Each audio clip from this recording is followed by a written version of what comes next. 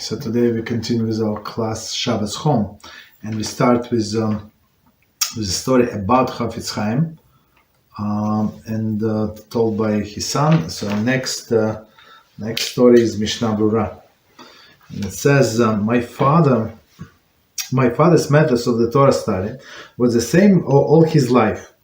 He studied each topic in great depth, and as he strove to arrange the conclusion and deduce the halacha. He would begin with the earliest sources on a given topic. If it was rooted in spiritual verses, he would first study those verses and the sages' halacha's derivations as found in the Mechilta, Sefer, and Sefer. He would then study Targum and the commentaries of Rashi and Ramban before approaching the words of the Mishnah, Talmud, and their commentaries. In the summer of 56-35, which is 1875, my father took me with him to the town of Lipnishak, okay, some 15 miles from Radin, so it's Poland, okay. The summer, my father, okay. He remained there for most of the summer, and it was there that he began his work Mishnah Berurah, as he dove into the topics of tefillin and tzitzis. Okay, so Mishnah Berurah that we use till this day. Baruch Hashem. So all right, so let's see what does the commentary say. Mishnah Berurah is Chofetz Chaim classic multi-volume commentary on the Orach Chaim section of Shulchan Aruch. So it's only on one section. The Chofetz Chaim's opinions set forth in Mishnah Berurah and in its companion commentary Biur Halacha. So Biur Halacha, it's inside depth of the Mishnah Berurah. I consider the final words on all matters regarding halacha of the daily living. So what Chofetz Chaim said, that's what we do. Basically, like even if Kitzur Shulchan Aruch, as we learned yesterday, there was some few places when Kitzur said one thing, but Chofetz Chaim said differently. Okay, so he's whatever he says, the final matters, final words.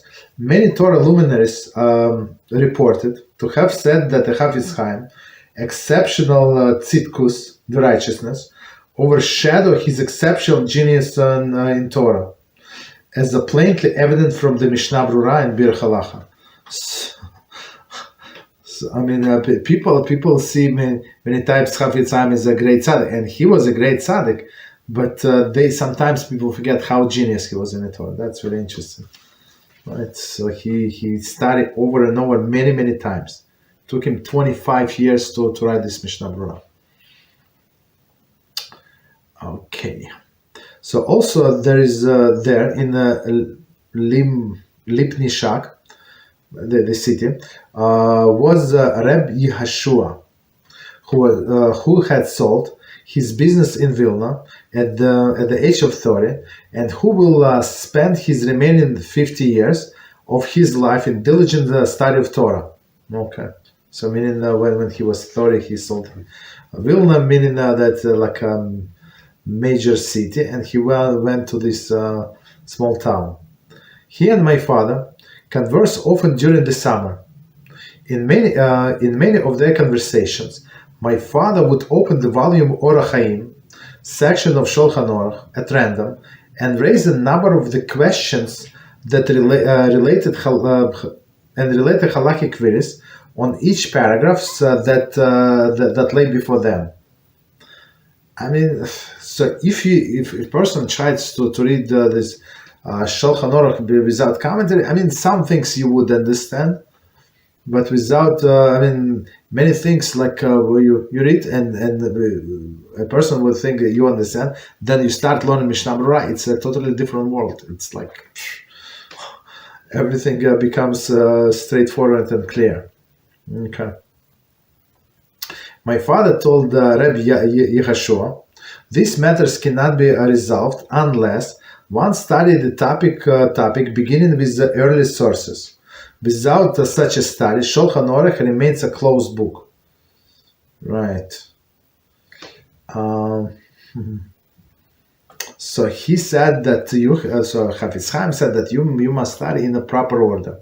So you start with the original. If it has a clear verse in the what is it in the Chumash, you go to that clear verse. Then you do a commentary, Targum, Rashi, Ramban, and then you go to later authorities. Okay. So in order to understand the Shulchan Aruch. In my life, I do a little opposite, not a little, exactly opposite. So first, did not have time, right? So we do halacha first, and then when they have the strong base for halacha, go back and see where it came from. But the problem is, I'll tell you what the problem is. Some people, for example, I learned this, and they did not cover this halacha. And we learned Talmud and said, oh, it's like this. I said, no, it's not like that. And the person said, no, but it says it. I said, it says, I know it says that, but we read it together. But its halacha is not like that. Right? So if person learns sources without a final halacha, it's very easy to get confused. And especially if you memorize the discussion like in a Talmud or something, and it got stuck in your head, and you remember, so it would be a little difficult to adjust it, because halacha sometimes it's very different. Okay, but our sages derived from the Talmud, from the same place. Now Shulchan Aruch is a code of law written for every Jew. But is it enough to demand of every Jew that he fulfill that which is clearly spelled out, right? But it is enough to demand of every Jew to fulfill that which is really clearly spelled out. So meaning what? That Chofetz Chaim would open the Shulchan Aruch and start asking questions, right? Because some things and even he left some things unfinished, undecided, or said the word majority. So and that's now it's in some cases it's disaster, as this case, as we spoke before about misogynist pizza, misogynist rolls, all of the other cases, right? Because they say, Chofetz Chaim said by majority. What is majority? 51% is majority. So right.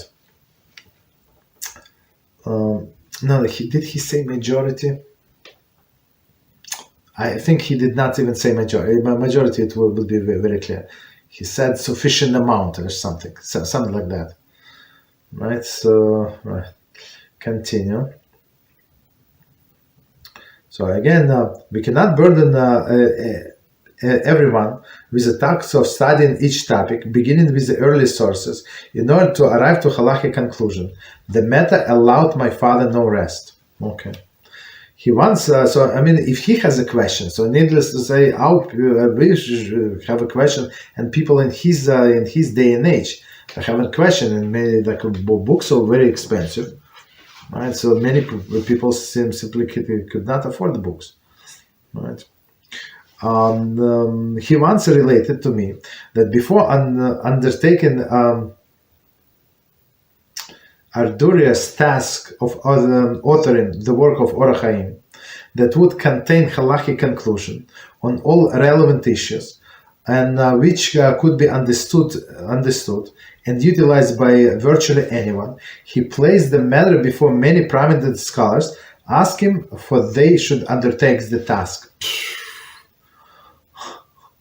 Let's try to explain. So Chofetz Chaim said, whatever it says in Shulchan Aruch, it's very nice, but it's not clear for simple people. Of course, Shulchan Aruch is genius, right? But for simple people, it's not so understandable. So he said, look, if somebody else wants to do it, okay, let them do it. Let them do it. Okay, so he went to all of the prominent scholars of his time and said, why don't you do it? And explained why it is important. Very interesting. While they all agree about the matter's urgency, right, each felt that he could not be the one to author such a work. One demurred because he was of his preoccupation with communal responsibilities. So if you have, like, especially in olden days, you have all of these the big communities, and the rabbi was not like today, meaning that they were responsible for kashrus, for this and that. So people would come to them with a chicken. Is it kosher? Not kosher? So supervision of shkita, like unbelievable. So today we get it very easy. But in olden days, big community, he busy non-stop with people, not with computers, but with people. And when you talk a lot to people, and especially when they have problems in their life, so it's very drain you energy very simply, right? So this rabbi said, very busy with communal responsibilities. Another, because of his ill health. With no alternative, my father approached this burdensome undertaking, which according to his testimony took 28 years to complete. He wrote, he took Chofetz Chaim 28. Somehow I said a few times in like before, it's 25, but it's 28 years to complete this book. So people who said who list Chofetz Chaim, one of the sources, it's like using one of the opinions. I mean, they're a little funny, at least to me. Okay. Unless it's not exactly like Chofetz Chaim decide, but it is a little different case. So if the case is not the same, but a little different, yeah. So it could be like some other reasons to decide differently. Okay, one cannot depict the incredible effort that my father expended to strive to clarify the halacha for the sake of people, and the numerous instances decided between numbers of various opinions the given issue. So like if you look at the back of the Mishnah Berurah, there are so many sources. If you just read the names of the authors that he consulted, it's like, I don't know, 7 pages, like 10 pages, a lot of pages. I don't know how many, maybe more, even more than that. It's unbelievable. Just a list of the authors of the books that he consulted. All right. So if he read all of these things, right, and he thought over, and he derived this, he came out to this conclusion. So meaning that he knows what he's talking about. So one cannot depict. Okay, no, 1 second. So and plus he had to make decision, because many times, so all of these commentators were after Shulchan Aruch, or Shulchan Aruch did not mention these cases, and sometimes our sages even learn from Shulchan Aruch not mentioning the cases, right? So, for example, the last time I checked Mishnah Berurah was this morning. So somebody asked me a question about morning blessings. So it says, what it says. So thank you, Hashem, for not making me a non-Jew, right? So what the Conrad said, and I looked up Mishnah Berurah. So he said for women it's easy. Woman says exactly as she said. So thank you for making me the way you plan. But for men, so they just don't say it. That's it. Then I saw that there are different opinions, not in Mishnah Berurah, but the sources different opinions. Somebody says this and that. But when Mishnah Berurah skips this completely, he said if he would say it would not be true. So we know the answer, right? Okay, so continue. One cannot depict the incredible effort that my father expended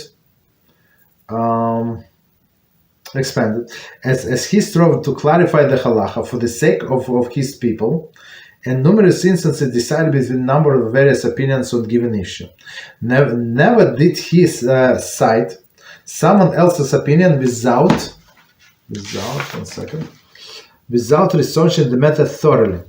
In many instances, he spent weeks, even months, immersed in a single chapter of Shulchan Aruch. Okay.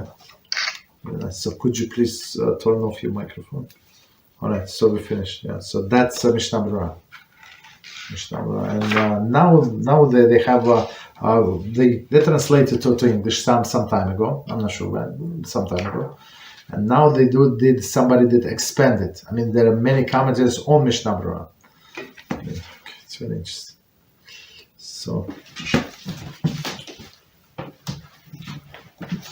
we continue with our laws of Shabbos. 1 second.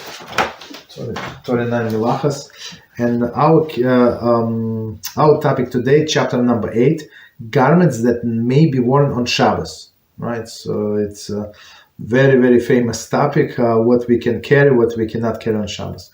Introduction. The Torah forbids transferring object on Shabbos from a private domain to a public domain, from the public domain to a private domain, or the distance 4 amos.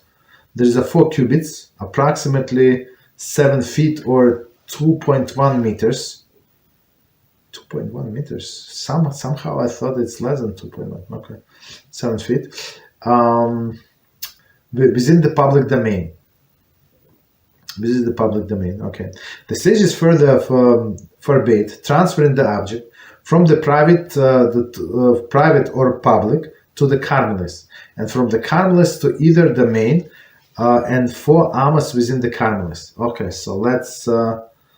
The commentary as well, so let's try to understand. So this one of the 39 milachas is that we cannot carry meaning the definition of carry from one domain to another. So in your house, in your apartment, wherever we are, it's a private domain. When you go outside, so a private domain surrounded by walls, by roof, right, that's a private domain. So when you go outside, it's going to be most likely Carmelist. It's a semi-public domain. The classic example of a public domain, it's only exists, I think, in big cities. Main Street, one of Main Street, should be like I think 32 amos wide, or 16 or 32, like meaning no, most likely 16. 16 is 32 feet. Right, so it's like 4 lanes, I guess, 4 lanes, like or cars going one way or another. So pretty wide, right? And 600 people passing there on a single day. And I think another condition that is that this street is going through the whole city. So it's like in the big cities, yeah, there is such a streets, like in New York, like in Manhattan. According to some people in Brooklyn as well, Queens, I'm not sure. In London, I guess, in Paris, right? In all of the big cities for sure. There are some streets, but all of the local streets, so like they're Carmelists, they're semi-public domain. So, and these Carmelists were instituted by the rabbis, right? And they gave the stringencies as a public domain to this Carmelist domain. So again, you're not allowed to carry from public domain, from private, from your house to outside, and from outside to inside, right? So meaning to pick up, I don't know, package, right? So I don't know, whatever, take something from the street and bring it home, or even 4 amos, which he translates as a 7 feet, like 7 feet. I always say 7.5. Okay, so 7.5, 7 feet, and or 2 meters, 2.1 meters. Okay, right, in a private domain, or in the public domain, or Carmelist. So this semi-public domain. So if you think about the Carmelist is what was the Carmelist in all the days? So there were like courtyards. So many people they have like private houses, and they were like stationed in the shape of U, the letter U, right? And they want to carry food or other things like among themselves. So that's like more or less Carmelist. But of course you can extend it to make it further. Okay, so there is commentaries quickly. Okay, so let's quickly read the commentary just to make sure that I did not miss anything. Okay, The following is a brief description of these areas. A private domain in any area that with the area at 40 tefachim, hand braces, by 40 tefachim, that is demarked by the walls, or at least 10 tefachim high. Okay, so it's what is a private domain? Of course, our house is private domain, right, where we live. But even the smaller one, right, meaning that the 4 tefachim, by 40, like a fist, what is it, 3.5 inches, like for fist, one direction, another direction, and 10 tefachim high. 10 tefachim high, it's approximately like 35 inches. Depends on the height of a person, like up to the waist, a little high. Depends on the height, right? So meaning 1, 2, 3, maybe a little more than the book, and so this is already considered private domain. So meaning if you think about it, like a mailbox, right? So the mailbox, where do you put the mail? Drop a mail in a city, so it would be like a private domain, because it's high enough. For sure, it's more than, I mean, where we live, I think in other countries as well. So because it's big enough to actually to qualify as a private domain. So meaning what? So it's a private domain inside of the public domain. So meaning you're not allowed to take something from the mailbox, or like, let's say, I don't know, whatever, and then put it on the ground, or put it there, because it's going to be transferred from one domain to another. Okay.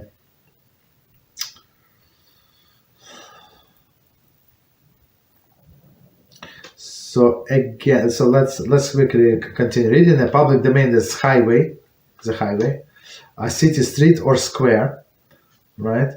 These streets must be at least 16 hours. So here we go. Wide and frequented by many people. Right, so 16 hours. So as we said, it's pretty wide. Some Rishonim rule that unless 600,000 people traverse the thoroughfare, it is not judged a public domain. The streets must also be not roofed, or walled, and must pass through the city entirely. Right, so as we said, from one part of the city to another. I mean, are such a city? I think so, yes, but. Sometimes there is a street, right? There is a street, but it's begins with a one name of the city and then goes into another. Okay, so but technically we don't care about the name. It's just the same street. Okay. A Carmelis is open, unclosed area, not meaning the specification of public domain, and any area that 40 tefachim by 40 tefachim with walls between these walls between 3 and 10 tefachim high. So if for public domain it's 10 tefachim, here it's from 3 to 10 tefachim high. So it could be Carmelis like very, very low, right? Very, very low. Okay, so that's a quick introduction into domain. Again, just quickly to summarize, 3 domains. One is private, one is a Carmelist, so it's semi-private. So all of the streets, as soon as you go outside, it's Carmelist, but we treat it as public. It's the rabbinical stringency, and then for sure public domain, like huge streets, very wide. But again, since they say you need 600,000 people, so it's not so simple. It's only some streets. Okay, so for example, in Manhattan, when Moshe Feinstein Zatzal used to live, so he said absolutely not. You cannot do this Eruv in a city. Did they do Eruv in that city, in Manhattan? I think so. That's it. I think so. Maybe after he passed away, because that's what people. I think have Moshe Feinstein said no, and he wrote 40 pages why he said no, and then people behind his back, they do exactly what they want. Guess what? Very, very simple. Continue. It is forbidden to transfer anything from one of these domain to another. So from one to another, as we said, or 4 amos in a public or carmelist domain. Okay. Continue. It is obviously permitted, however, to walk from one domain to the other while clothed. Right? So meaning transfer. So whatever we're wearing on ourselves as a part of the clothing, and we're going to see some other things which are not like we understand as clothing in our like a day-to-day life. It's going to be considered article of clothing. We're going to see, right? So meaning that if you walk in them, there is no problem. It's not like our goal to transfer it, right? Our goal is to wear it, right?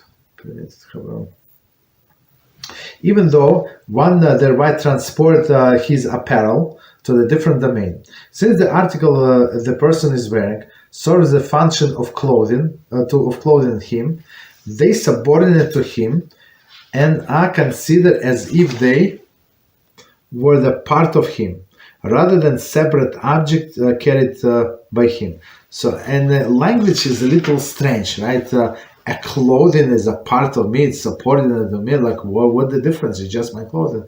But we're going to see that this author, this Rabbi Cohen, right, so he's very, very precise in his language. And we're going to see in some cases, so we need to see, is it subordinate to something that's not part of the clothing?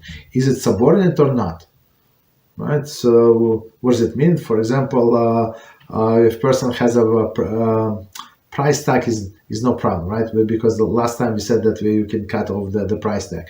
But if you have this like tag from cleaners, from dry cleaners, right? Or these extra buttons, right? On the short, at least on the men's shorts, on all of them, you have on the bottom of the shorts 2 extra buttons. Are they part of the short? No. The short needs them? Like no. We don't use them extra, like spare buttons. Okay. So is it considered transferring? We're going to see. Okay. So he's very precise. Right. So again, so last sentence again, sorry. And it says, since the article that the person is wearing served as a function of clothing him, right? And we will need to define what is the clothing him means, right? They're subordinate to him and considered as if they were part of him, rather than separate object being carried by him. So carry is not allowed, but if it's part of him, there is no problem. However, not all the parts, not all of the items that the person wears is automatically considered apparel. So now we need to define what is clothing, right? So some people, when it's raining, they put bags or something on their head, right? Like this black bag, like a garbage bag, they put it on the head. Is it clothing? I don't think so, right? But people wear to protect from the rain. Okay. In order to consider apparel, an item must serve one of the following functions. So consider clothing. What is it? A. To clothe, there is a cover a person for the sake of modesty and dignity. So under this category, as we understand, most of the clothing to cover, right, a person for modesty and dignity. Okay, so that's straightforward. B, to protect the body from the elements or injury.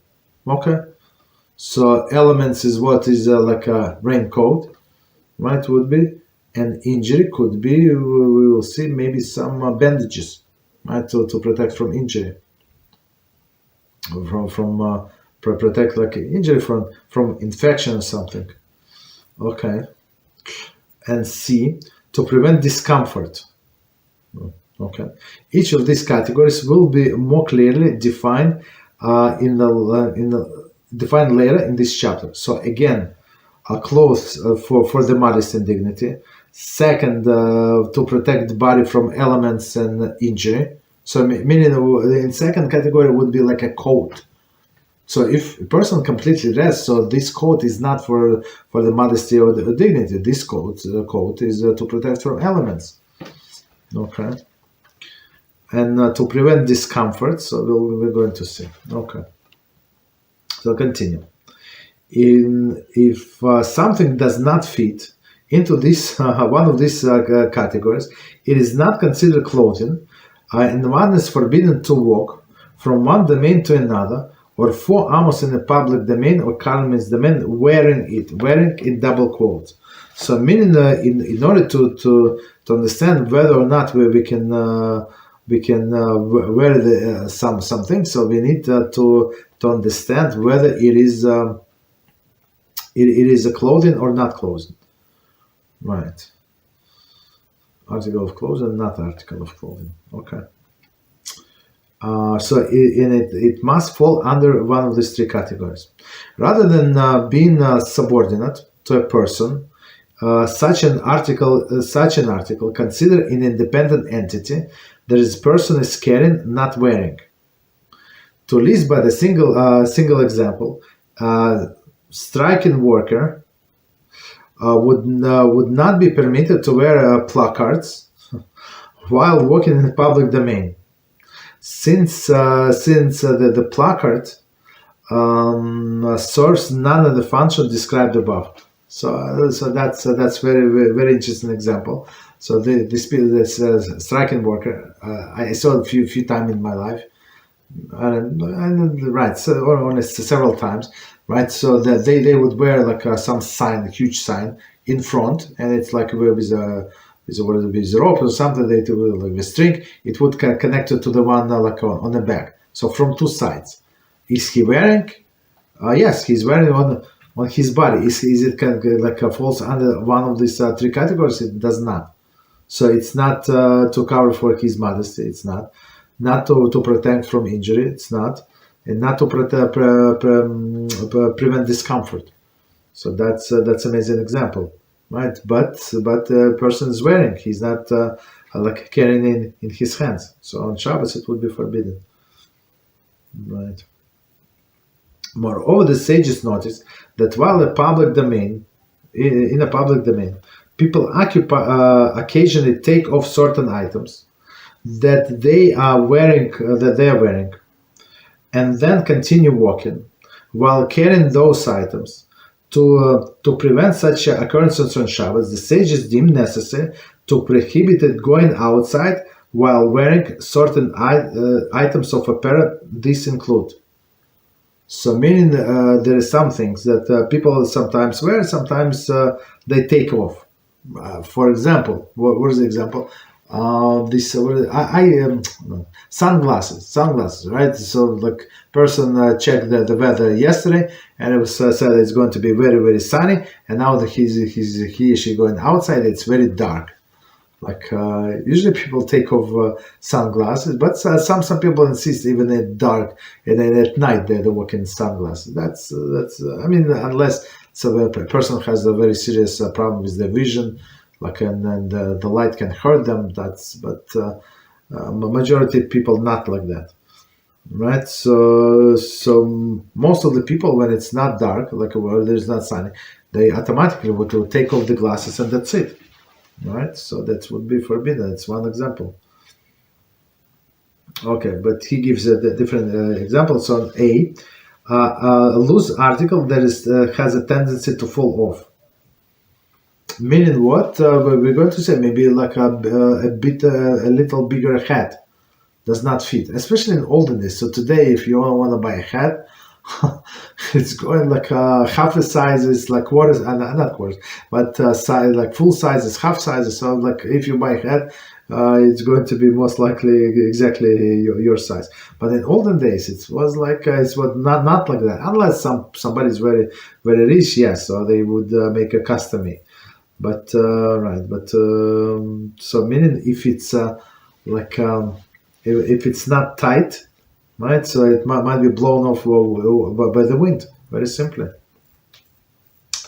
Or other things that are loose. Okay, so next one, B.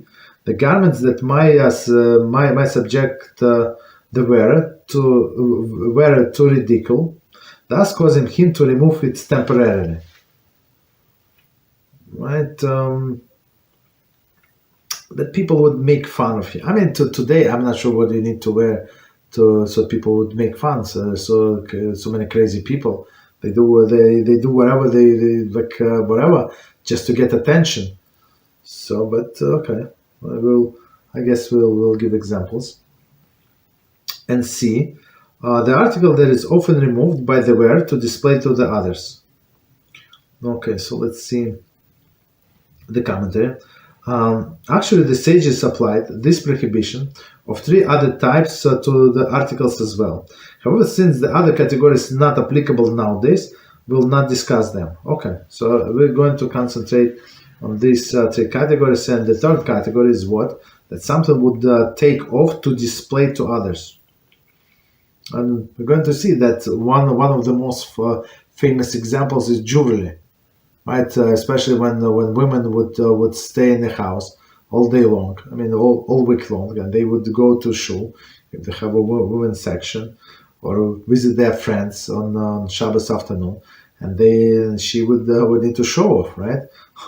Wear all of this jewelry, and her friend, her girlfriend, would say, "Can I see? Can I see?" And she would remove, and they might walk in public domain for hours. Okay. So continue, and that is why they see that is why that men do not wear gloves in the winter, right? Because that's what they do. When you meet your friend, you want to shake his hand. So you take off the glove, you shake his hand, and guess what? And sometimes you forget and to put glove back, and then you would continue walking with holding the glove. Right, there's some people that do not let your hand go, right, and they don't continue walking holding your hand. I mean, that would be one of the examples. Continue. The first 2 categories will be explained in detail later in this chapter. Meaning what? A loose article that has tendency to fall off, and a garment that might so the people might subject the wearer to ridicule. Okay. The following chapter will be devoted to the third category. Right, so meaning that there's something that a person would take off to display to others. Let us proceed to examine these laws in details. Throughout the remainder of the chapter, we refer to wearing certain articles of clothing outdoors in double quotes. We employ the term for the sake of brevity, so not in public domain, not the carmelist or outdoors. So we got it, doesn't matter, it's public domain or carmelist, we call it outdoors. Okay. In all cases, our intention is to refer to going from private domain into the public domain, and vice versa. Okay. So what does it mean vice versa? Some person give us something in the public domain, and a person wants to bring it back, or bring it to a shul or something, right? So, for example, in the shul where I go, there is people there use Eruv, and the guy who is in charge of all the shuls. So the cleaning guy. So he's not a Jew, so there is no problem. On one hand, on the other hand, so he carries for a Jew for Jews what he does the ramp. So he installed the ramps for the wheelchair. So since there is Eruv. And some people count the Eruv, there is no problem.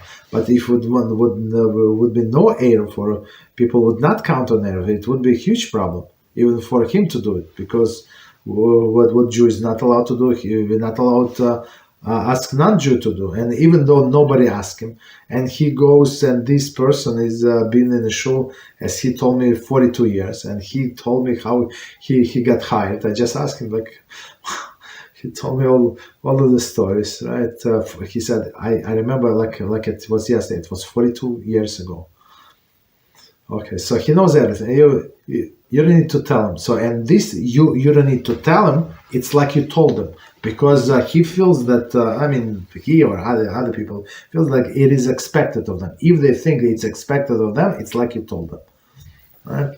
So, right. So that's the story. So we call like outdoors, right? So outdoors. Outdoors, right? So public domain, the Carmen. So going from one domain to another. Even though he said outdoors, but we know like from outdoors to indoors or from indoors to outdoors is the same thing. It doesn't matter. Okay. Okay. So continue. So section number 1. What consider clothing? Okay. So that's a good question. As stated in the introduction, the term clothing includes anything that person wears either. Wears, so meaning for sure it's not carrying. So what does it mean? For example, some people, younger people or some like they have a sweater, right? And it's hot, so they would take out the sweater and tie it like on their neck. Right, to put on the back and tie the sleeves on the neck. So it would be forbidden. Right? Is a sweater article of clothing 100%. But that's not how you wear the sweater. Okay. Person wear. Okay. So A, to cover his body for the sake of modesty or dignity. For example, short pants, dress, etc. So that's the classic example of the clothing. Again, to cover his body for the sake of modesty, his and dress. Okay, so their body. Hopefully, this guy does not wear dress. Sake of modesty and dignity. For example, short pants, dress, etc. B, to protect from elements. There is a coat from the injury. Like there is a shoes. Okay, very interesting, right? So shoes also. So shoes, for example, like in the summer, you don't wear to protect from elements. Let's say that there is no rain, and for dignity, yes, I'll take it back, right? But I guess for dignity and plus this plus to protect from injury, right? So and the next one, C, to prevent discomfort. For example, nursing pads for women. Okay, nursing pads. Continue. Items that the first two categories are considered bona fide articles of clothing. Those of the third category, so to prevent discomfort, are considered clothing in a limited sense. So a limited sense meaning what? That only if there is such a need for that. So meaning if a person does not have if she does not need these pads, so right, so she cannot wear them. Okay, so it's going to be caring. Okay, continue. But in a contrast, clothing, like in a straightforward sense, it's always a clothing. So meaning what? If you can wear the winter coat in the summer. Why? Because I don't know. Because you feel like this. There's no problem because it's always clothing. Maybe it's not appropriate for the weather, but that doesn't matter. Maybe and you would be allowed even you need to transfer. Like still people used to come to a house and when it would start raining, we would give them coats. Raincoats, and guess what? There are some of them that never got returned. So sometimes a person remembers, sometimes not. We just buy new ones, right? Okay. So right. So in this case, why I said that? So meaning that if it's a raincoat and somebody decided to return this coat, my raincoat to me, so he can go in a hot summer day and bring and wear this raincoat and give it to me. So the only the only reason he wore this wear coat is to return to me. Okay, so that's not a problem. So meaning it's the first category. Okay, the ramification of this limitation will be set forth below, meaning for the third category to prevent discomfort. And the article may be considered clothing regardless of the material of which it is made, as long as commonly worn by people. So here's a language is very, very careful, right? The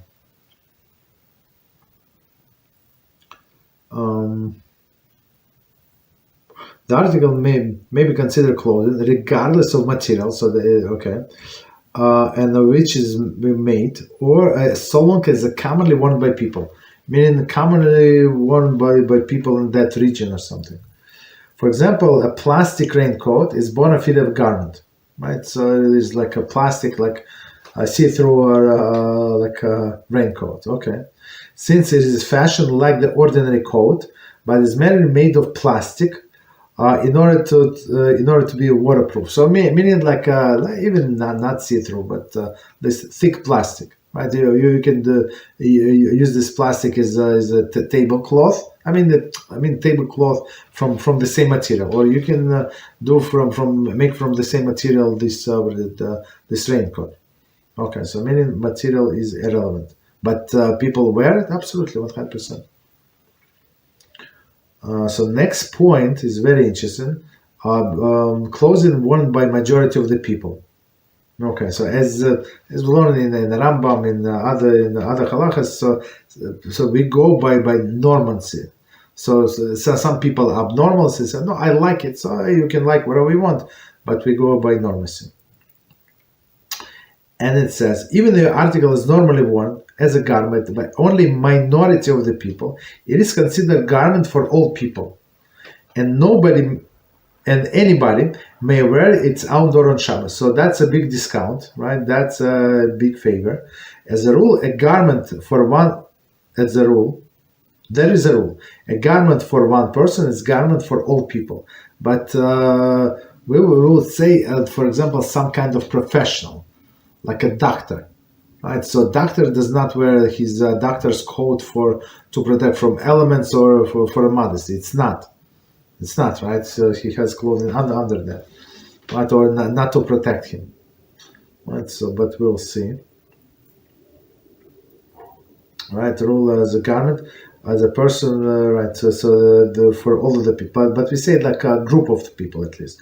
The Shulchan Aruch Chaim.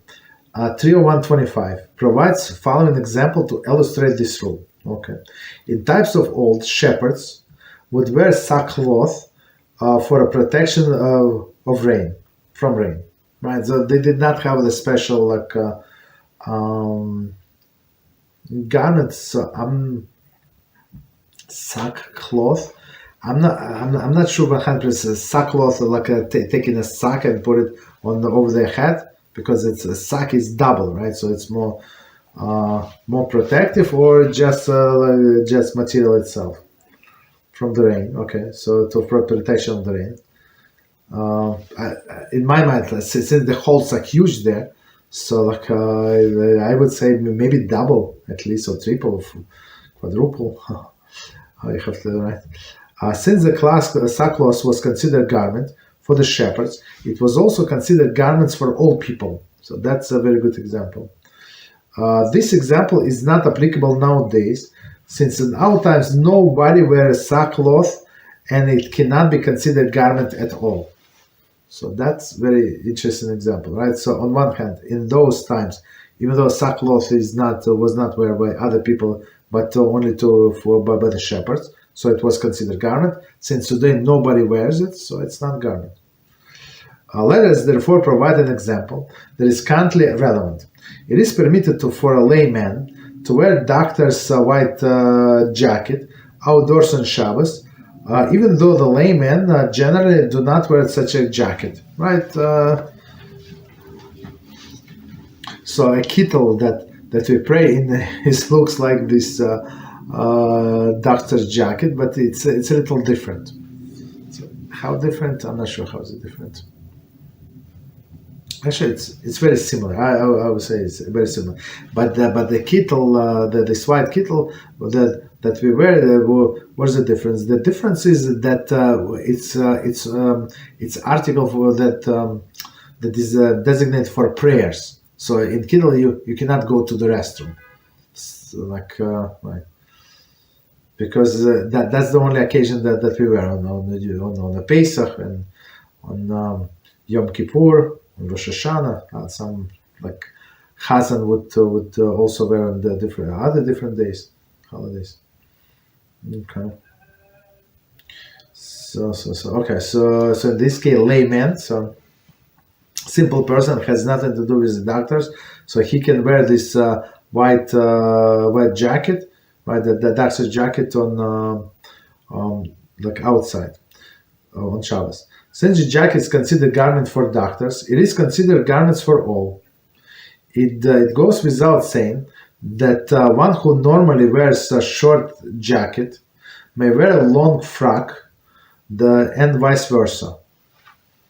So short jacket, like I wear short jacket, right? and a long jacket is like more like some Hasidim wear like this long jacket. Okay. Right, so meaning since people wear like this and like this, so if you want to change during the Shabbos, there is no problem. Okay, frock, they call it frock, and vice versa. Having defined which items are considered clothing, let us turn attention to limitation of this definition and articles that are not in category of clothing. Right, so meaning clothing again, that majority of the people would wear, and even minority of the people. So what is not clothing? 1 second, let me see. Okay. Unusual modes of dress. Not every item that is decided, not every item that one decided to wear to cover or protect his body or to prevent discomforts is automatically defined as a garment. Okay, so meaning, I mean, we'll see. Even his thoughts was for protecting, for example, right? But if person went in unusual way, right? The article must be like we said with a sweater, right? They put a sweater on the back and tie the opposite the sleeves in front. Okay. So again, the whole sentence: not every item that one decides to wear to cover or protect his body or to prevent discomforts automatically defines the garment. The article must be something that is normally worn by some people as a garment. To illustrate, Shulchan Aruch or Chaim 301:21 state that it is forbidden to go outdoors while wearing the box over one's head or a mat wrapped around one's body, even for protection from rain. Right? So when it starts raining, especially people in a city where it's very far from home and they have to wait for a bus or some, I don't know, all this, or it's a far walk, right? So they put all the different things over their head, right? And sometimes people put the box, right, whole box with two hands, right, not to get wet. Very interesting. So okay, or up mat around the body. Okay. Since the box and the mat are not resemble normal modes of dress at all, they cannot consider garments. Is this box to protect a person from elements? Yeah, 100%. Right. So, but it's not considered garment. One is therefore forbidden from wearing them in public domain, even from protection from the elements. It should be similarly forbidden to cover one's head or the body with a plastic bag to protection from elements, right? Especially when it's raining, so people put as I said, plastic bags on their head. So the next one, garments that protect other garments. Okay, so garments that protect other garments. So we said in the definition of this category, we said when protects us from elements, but not protects other garments. Okay, so it says only an article worn to protect the body can be considered a garment. An item whose sole purpose to protect one's clothing from dirt or damaged is not considered garment and may not be worn outside. The following practical examples serve to illustrate this principle. So meaning one to protect another, like apron, right? So usually people don't wear an apron like in the house, like because they're cold, right? Because but they wear, like for example, because they're cooking and or they're washing dishes, this and that. So they do it to protect their clothing from being soiled. So, but that's the only reason, right? So meaning the garment to protect another garment. Okay. So, and it says, number one, the following practical examples to serve to illustrate this principle. Number one, it is forbidden to go outdoors wearing an apron, since since an apron is worn only to protect the clothing from becoming dirty. Okay, we said that. However, if the apron covers the majority of the person's body, it is considered as a bona fide garment, and one is permitted to wear it for any reason. So, like a butcher or something, like some people work with some I don't know, some material, I don't know, like with hot stuff, I don't know, or something like this apron very long till their boots or something, right, and it cover like a majority of the body. Right, so in this case, yes, it's a garment. I mean, people would wear outside, I'm not sure why, but technically there is no problem. Continue. Number two, it is forbidden to go outdoors while wearing the handkerchief over the one's short collar, if it is the sole purpose to prevent the collar from being soiled by perspiration. So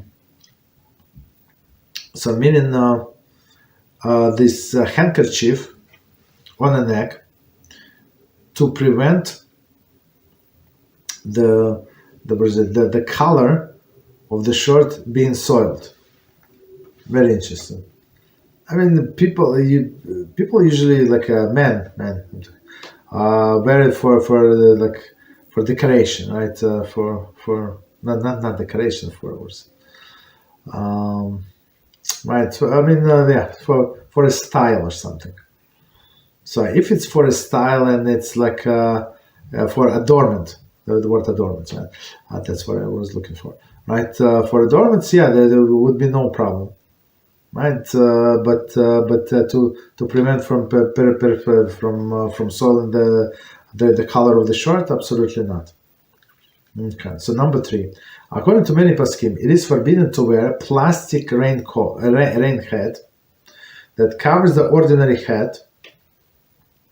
For since the hat itself keeps the hat dry, and the plastic cover protects only that hat, it is considered a garment. It is unlike a plastic raincoat that prevents the heavy rain from saturating the coat and seeping through to the body. Okay, so let's try to understand this example. It's a very practical example.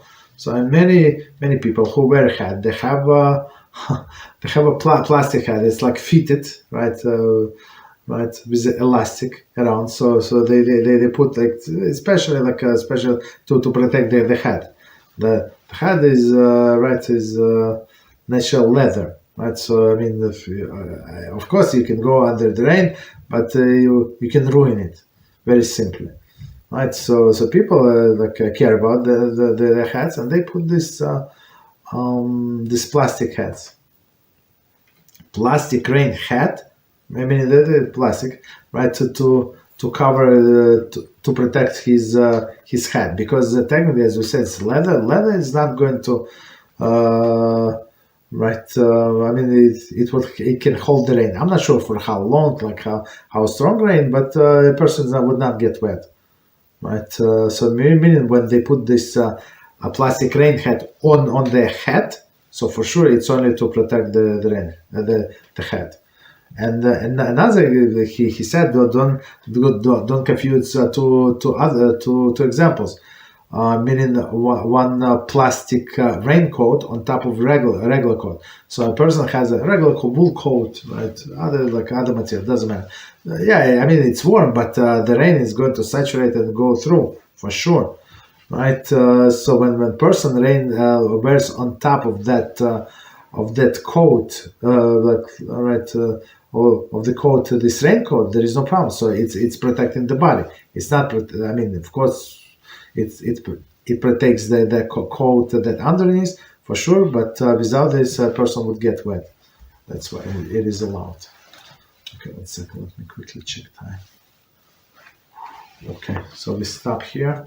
So it's a very, as you can see, this very involved topic, and but very, very important. Very, very important. Okay, so it's very long.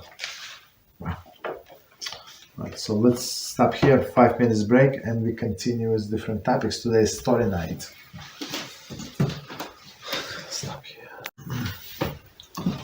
Continue today with the laws of Yichud, and in chapter 3, same chapter, very long, section C, subsection C, and subsection C13. So we go through all of these cases of Balach Bir, when husband is in a city, but all of these cases very, very different, like all of the scenarios from each other. So number 13 is Balach Bir, when the husband is mentally ill or unconscious or in unconscious state.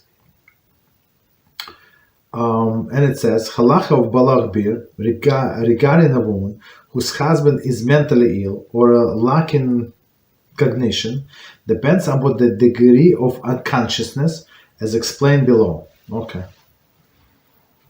So meaning that he does not understand what is going on.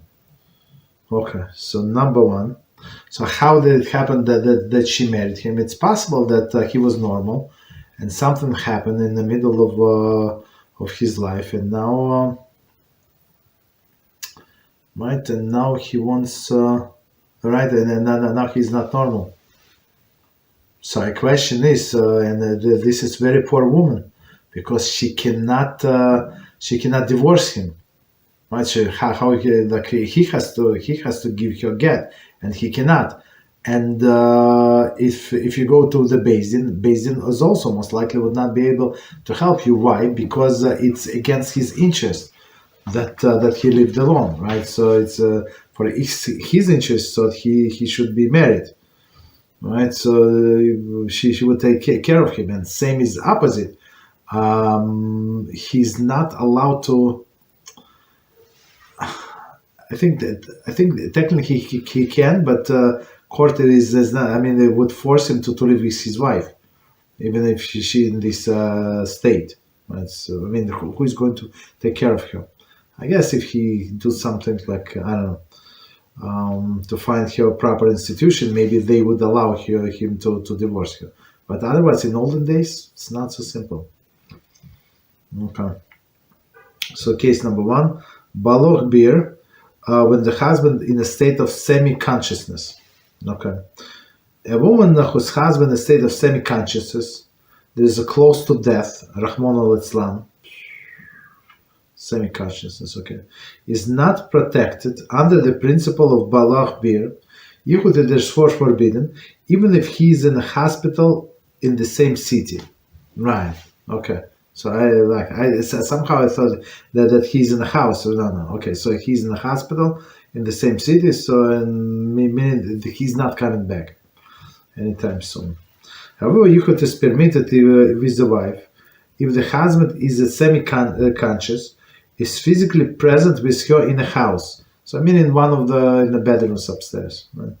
Because the level of cognition is adequate to instill lack of privacy in his general presence, right? If he's there, no, he's not there. He's conscious, semi-conscious, but still he's in the house, right? Moreover, the poskim maintain that the innate sense of anxiety inhibiting the prospect of infidelity, refer to AC, right? C1 above, is always felt by a married woman while in actual presence of your husband, even if he's ill and not fully conscious. Right, so we said that that's the first category. First, right. So that, like, in her mind, so she would be scared and feel very uneasy to commit something against him. Okay. Example: Torah observant caretaker may remain overnight in the house of the terminally ill Rahman al-Islam man with his wife. For example, to assist in a case, assist in his case, or to be present in the moment of death. Right. However, so meaning the husband is close to death, and this caretaker, or whether the medical professional or somebody spiritual guy that's there for to help him to say vidu or something. Right. I have a young individual, I'm not sure how old is he, in my different groups. So he said if I would advise him to go to have a Kadisha. So why would you want to? He said, no, I want to do this chesed. I mean, I asked him 3 times, but the guy seemed serious. I don't know. Okay, it's very interesting. So meaning, I'm not sure if Haver Kadisha would take care of this as well. To say to like help him saying the vidu before they die. However, if the patient expires, Rahman al-Islam, in the middle of the night, while the caretaker is alone with the wife, the caretaker will be required to leave the house. I mean, it's a little not understandable for me, at least. But that's what it says. So if the husband is alive and there is a caretaker, there is no problem. Okay, so meaning right, no problem. But if he died already in the middle of the night, so it is a problem. So he should leave. I mean, if wife, what normal wife would think about something like this arise, like when your husband just passed away. I'm not sure. Maybe she hates him very much. I don't know. But now she technically a single woman, right? So after he passes away, so that's I think also the single meaning a widow. Okay. So next one, number 2, balach bir, when the husband is in a comatose state. If a woman whose husband is totally unconscious, in the comatose state, Rahman al-Islam, is not fully protected under this exemption of balach bir. I guess even if he's in the house. Even the husband is present in her home. Yes. It can be argued that the state of total absence of consciousness obviously obviates any sense of mirtas, fear. So meaning that he's like that. So she would not be in fear on the part of the wife. Even so, some poskim are lenient in very difficult circumstances. I mean, technically, people woke up from the coma. Like I'm not sure. I don't think, like, after some long period of time, I'm not sure if they were able to walk. Simply like we when we wake up in the morning, yeah, we can walk because. We slept only for a short period of time. But if person was in a comatose state for a month, 2 months, a year, I'm not sure if he can walk right away. Okay, but at least he can wake up. Right? So number 3, if the husband suffers from dementia or other forms of mental impairment. What's all of this case? A woman whose husband suffers with this. With in a comatose state, we said no, but in a difficult situation, maybe. Okay. Maybe meaning yes. Sorry. A woman whose husband suffers from severe dementia, Alzheimer's, and other form of mental impairment, Rahman al-Islam, is not protected. Is not protected under the prohibition of balach bir. Even if your husband is in a house, right? Because he does not understand what's going on. Sometimes they don't recognize people. His absence of cognition is a lack of awareness of the going on around him. Obviates the sense of mirtas, right? Meaning that she's not going to be in fear on the part of a wife. Okay. So commentators say, in parentheses, regarding Yichud, when the wife is suffer with dementia, see chapter 2. Okay. Continue. Number 4. If the husband suffer from emotional disorders, okay, so a woman, the emotional disorders is not as severe as the previous cases. A woman whose husband suffer from emotional condition, for example, depression or bipolar disorder, is protected by the exemption of balach bir. Right. That's a very, very mild condition compared to what we said before. Exemption balach bir, because person with this disorder is considered sane and fully cognizant, right? Sane meaning that he understands what's going on, as long as he is not severely dysfunctional. Therefore, his presence is in the city and certainly in the home would surely discourage any arise conduct on the part of the wife. In a city, I knew a person like that. Even like a few of them, but one of them was in our shul, and not in this shul, but in shul where I used to pray.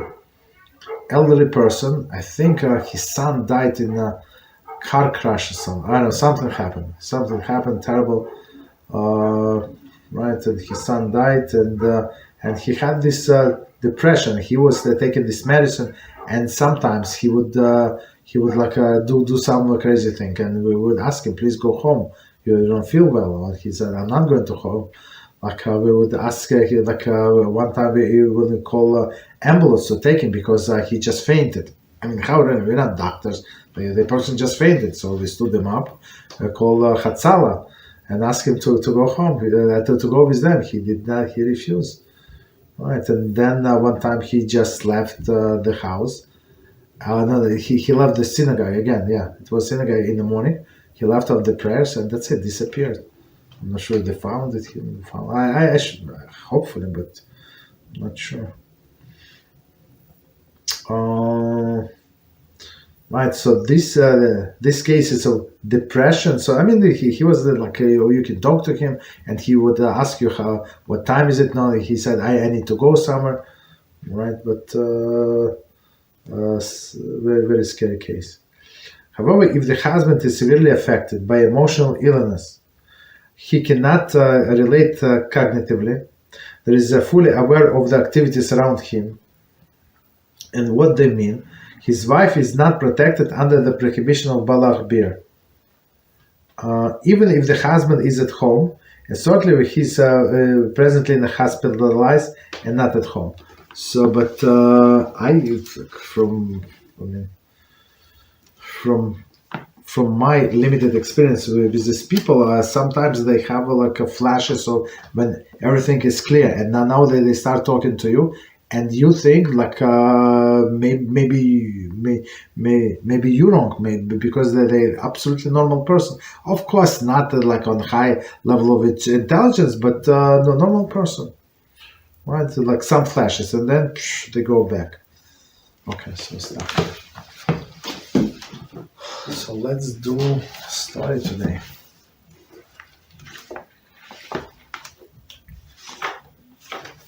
Okay, so we continue our book Varevna when we tell halachic stories and ask questions and give answers. That's Hashem. So our parsha is Emor, and the topic is assisting the investigation of desecrated Sefer Torah. Okay, assisting the investigation of desecrated Sefer Torah. Okay, so based on Vayikra 22:32, and it says, "Do not desecrate my holy name." The challenge. Late one night, a shul in Europe was vandalized in an anti-Semitic attack when the congregants arrived in the morning, they were shocked and heartbroken by what had occurred. Worst of all was the sight of the Sefer Torah thrown on the floor. They hurried to pick up the Sefer Torah, but the Rabbi shouted, "Wait, don't touch anything." Whoa! Don't touch anything. We must leave everything intact, as it is the unit of police detective arrived. Right? If we ruin their clues, they will be unable to catch the vandals. May Sefer Torah be left lying in disgrace in order to preserve the clues that might lead to the vandals. Understand what's going on? It's a very, very sad situation. So these people, they broke into the shul, right, and took the Sefer Torah to the ground. I mean, around me where I live, in all of the shuls that I went to, there is like a safe, like a huge safe, unliftable, unbreak. I mean, of course, you can break anything, but you need a special, like I don't know, special equipment to break through the walls, like thick, so you cannot open like simply. Understand? But have I ever seen that somebody without safe? Never.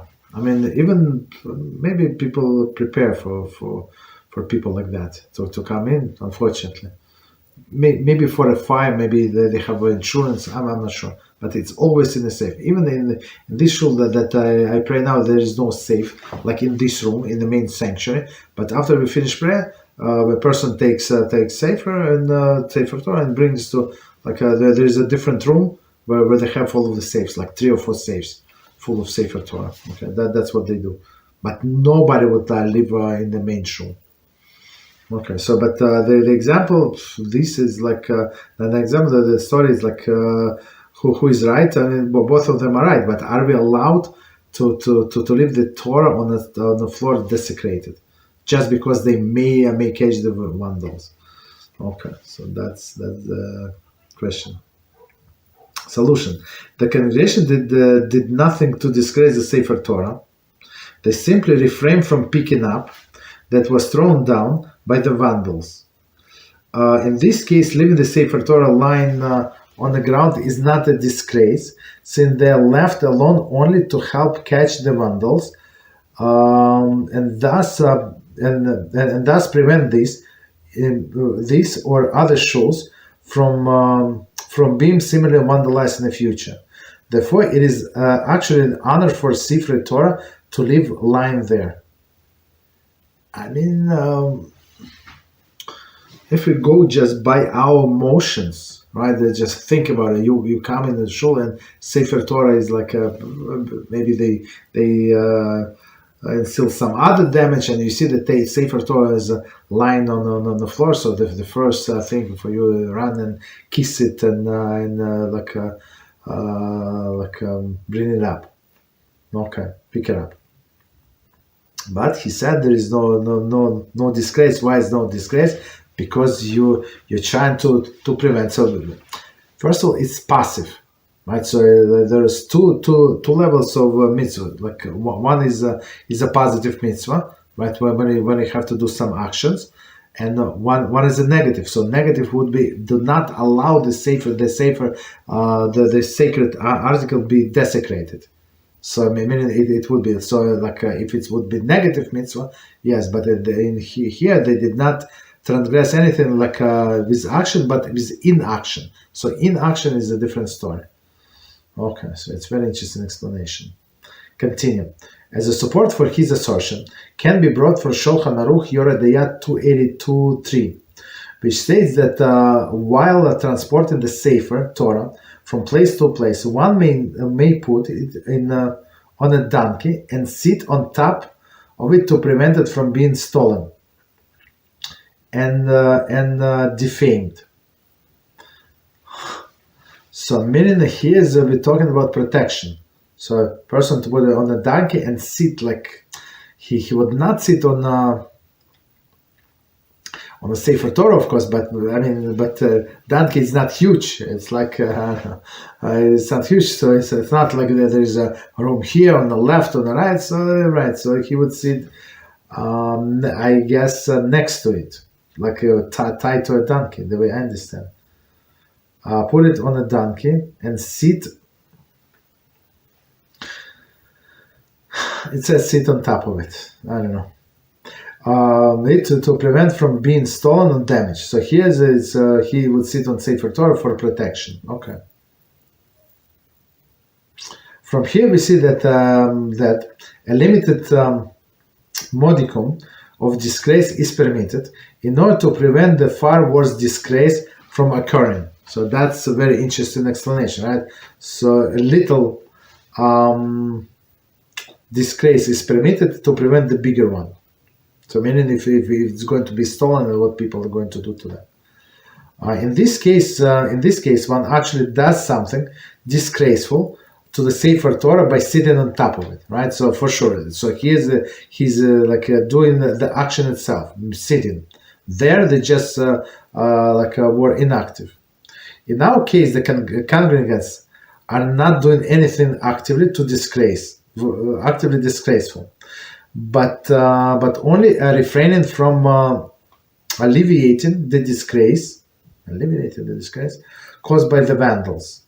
Therefore, there is even more reasons to allow leaving the Sefer Torah on the floor. So first of all, he said that the halacha is allowed. So now we're just building the case. Okay, so I'm not. I think it's like sub story. Okay, so we're going to read it again as well. Honor of the deceased.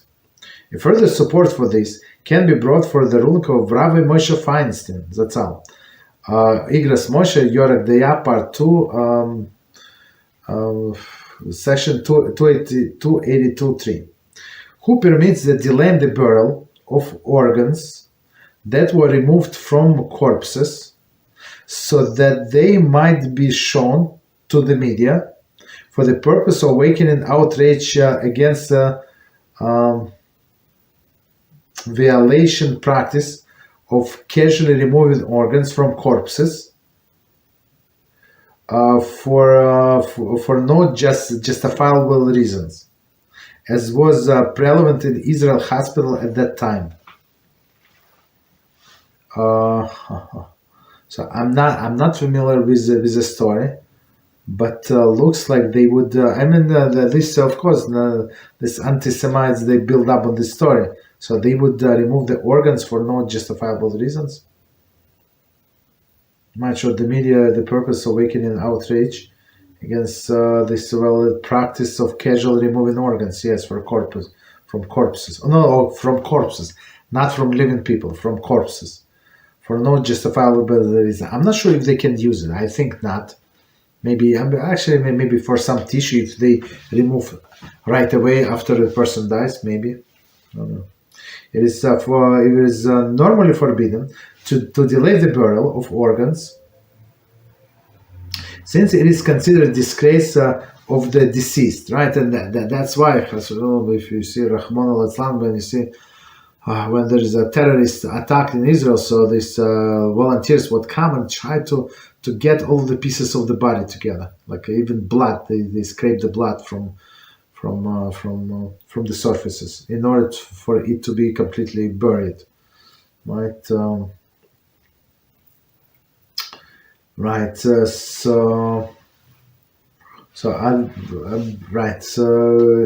the organs like of the person, of course, disgrace. For sure, disgrace. Not to bury them and to show out to other people. Nonetheless, in this case, Rabbi Moshe Feinstein, Zatzal, permits it so that the international outcry would prevent further atrocities against the honor of the deceased. So it's not like, right, so religious Jews would not do that. Right, the religious Jews would not do autopsy. It's this Zionists, that's what they do. Okay. Rabbi Moshe cited the proof from the incident of Tanakh where, one second, but it's what? a woman was horribly killed, ganged by ruffians. Rather than being properly buried, her body was cut into 12 pieces and sent to the 12 tribes of Israel to awaken their response and to bring judgment upon the murderers. It's from Shoftim 1929, right? So it's a famous story about this concubine, right? Concubine. So right. So it's in tribe of Binyamin. And then all of the tribes went with the war against this tribe. Okay, almost exterminated. Okay. So meaning that like it was the injustice was committed, and I think like he was not her husband, but I'm not sure. Let's call it husband to make it simpler. So he like chopped her in 12 pieces and sent to different to all of the tribes, because the tribe of Binyamin said we're not going to do anything to the gang. The same would seem to apply in our case. The Sefer Torah must be subjected to a certain modicum of disgrace in order to avenge their honor and to prevent worse disgrace to other Sefer Torah in the future. Right. Very interesting. Furthermore, I mean, this stupid like vandals. I'm not sure. Like you see here the hand of Hashem. Like if they want to do the real damage, they would steal it. Still, and Chas v'Shalom do. I don't want to even say what they would do, right? So, but they just throw to the floor. It could be better, right? So, if you just think about it. Furthermore, the same anti-Semites who vandalized this shul is likely to carry out this violent attack against Jews, right? So, it's shuls is the first step.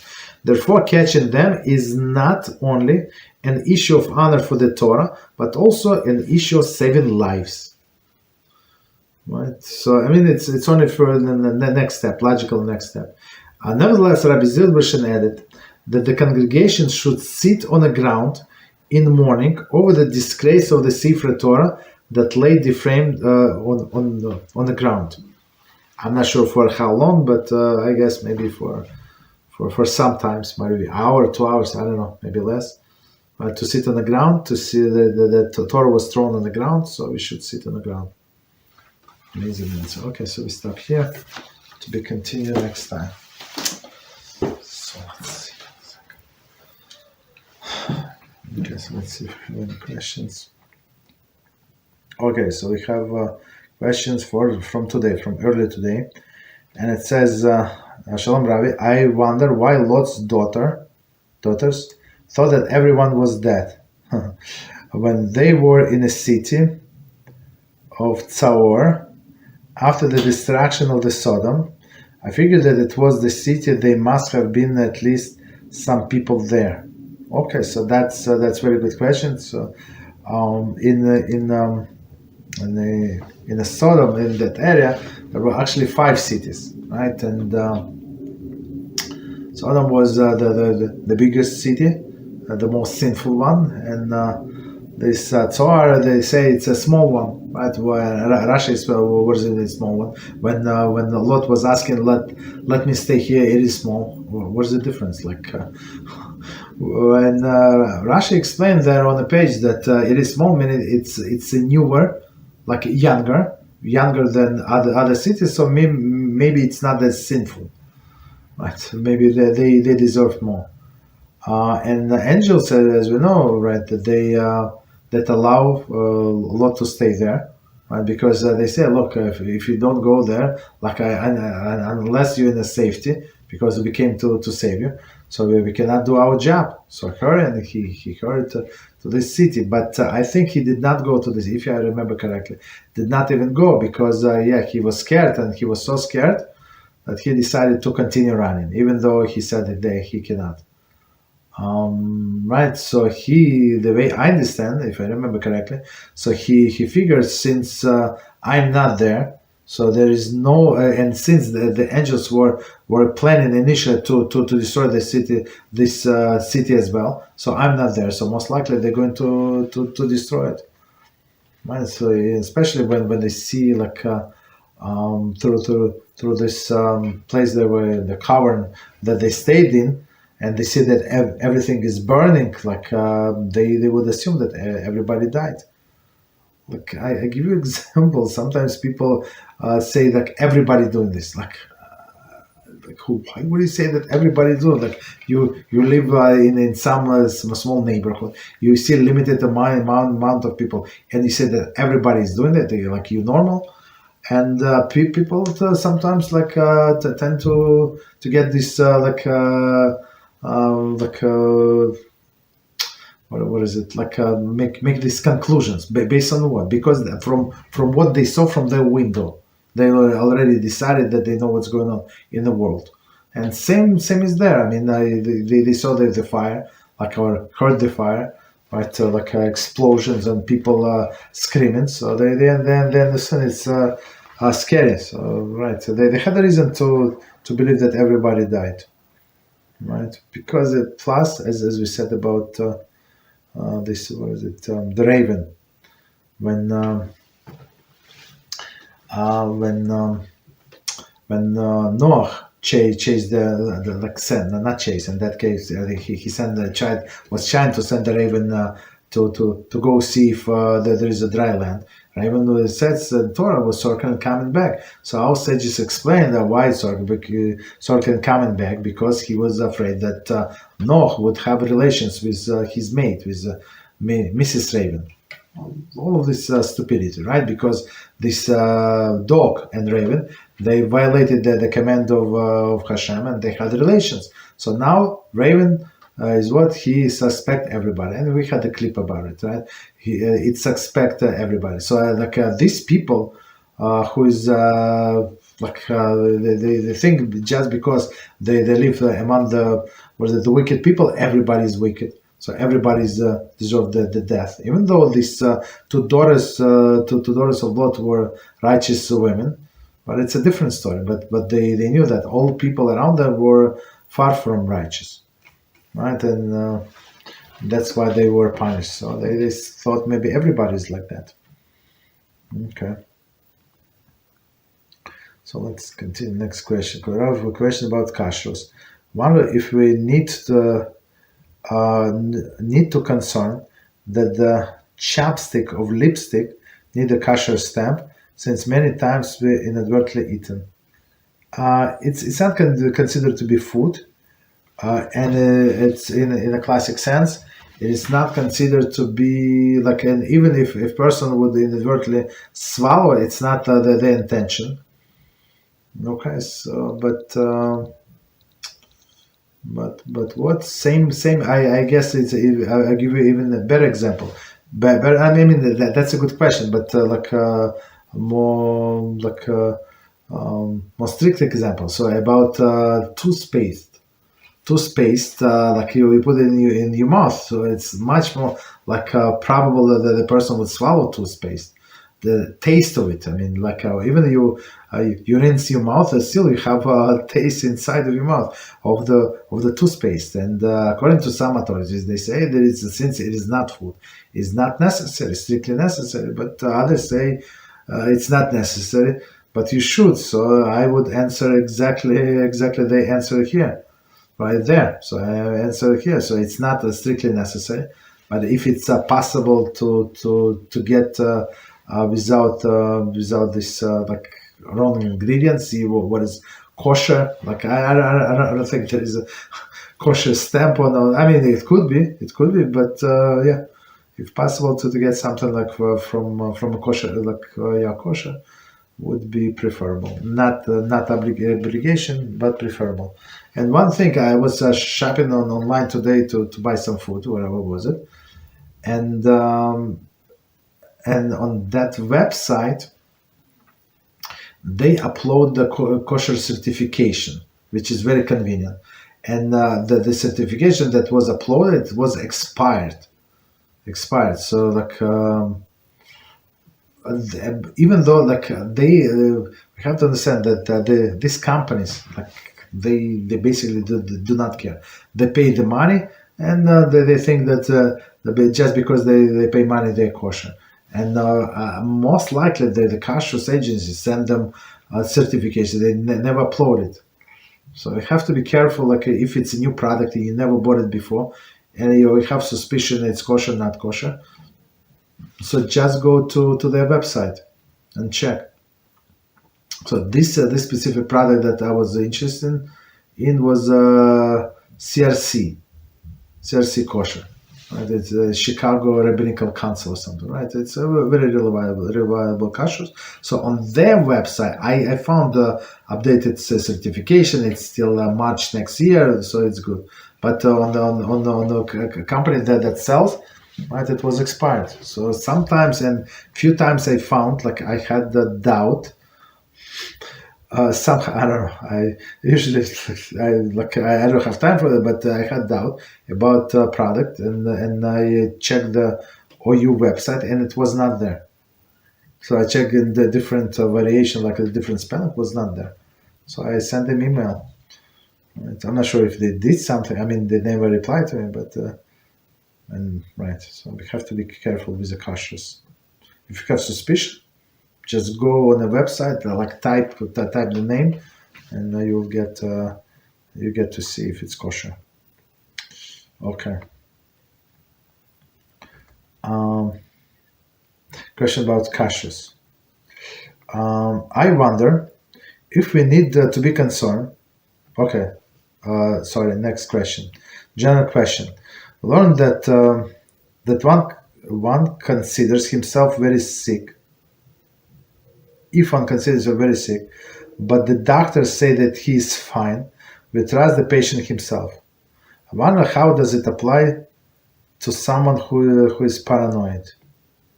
No, but okay. It's a very good question. So let me just explain the first part. So we said if person consider himself sick, and doctors say he's not sick. Right, so he's not. So we go by what the patient said. What does it mean? So we at Shabbos, if he said, I need a hot tea, I need a soup, this and that, because I don't feel good. And sometimes when person does not feel good, and they try to take the temperature. Temperature is normal. Like there's no fever, but like inside the person is so weak and does not feel good. But look at the person. He's normal. She's normal, right? Is it fear? There is no fear. There is no cough, no nothing. So they say, no, you're fine. But the person knows that he or she not fine. So in this case, if a normal person say that I have this, I don't feel well, doctors, please give me the medicine, and doctor said he can wait until next week without this medicine. So we go by what person says. Right, and opposite is also true. If a doctor says that the person you need to rush into a hospital, the guy said no. What are you talking about? And he refuses. Right, so we listen to a doctor. Of course, I mean we try to ask the reason with him. Right, but that's it. So we go by what patient said. And I remember had. You can call it a friend, or at least some very, very close acquaintance of mine, and we were all single person, very sweet person. We would have him on Friday night, sometimes Shabbos day. He was hard to get or something. And one Friday, so I call him and said, "Are you coming?" And this guy speaks very fast and a lot, you get a headache. So, but I got that he did not feel well, and he went to doctor's office. I said, "Oh, you went to doctor's office." So what did he say? He said these crazy doctors, and start cursing. I mean, without cursing, but he started degrading them, and they didn't know they call ambulance. They wanted to take me to hospital. This not a religious Jew. This I said, what is it has to do the doctor? If doctor calls the ambulance to his office to take you to the hospital. You have to go to the hospital. He said, "Look, I know I'm adult. I know what to do." He was in his 40s, like early 40s, I think, back then. The story happened maybe 15 years ago, right? Plus minus.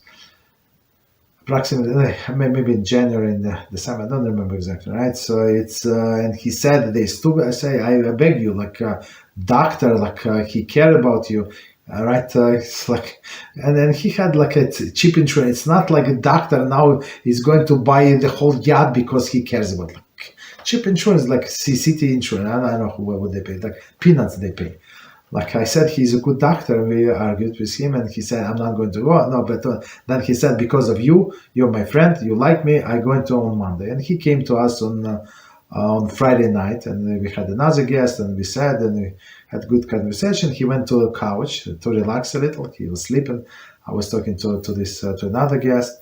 Then we walked him back. No, he went back, and guess what? They call us in Shabbos, Motzei Shabbos. He's dead. They find him dead.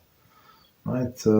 Why? Because he decided not to go to the hospital, and even though the doctor said you must go, the ambulance is waiting, and he was telling me the big hero how he argued with ambulance guys, with the doctors, nurses. Like I don't know. So it's very very sad story, but it was shock to all of us, to the whole community, such a young person. But that's what we do, right? Somebody who's paranoid. I mean, we don't take him seriously. Basically. I mean, if he said, "I have a pain," right, and then if you see the symptoms that they behave like has a pain or something, yeah, you can believe them. Okay. So next question. Question about halachas or brachas. Wonder what bracha should we make on the big donuts without frying.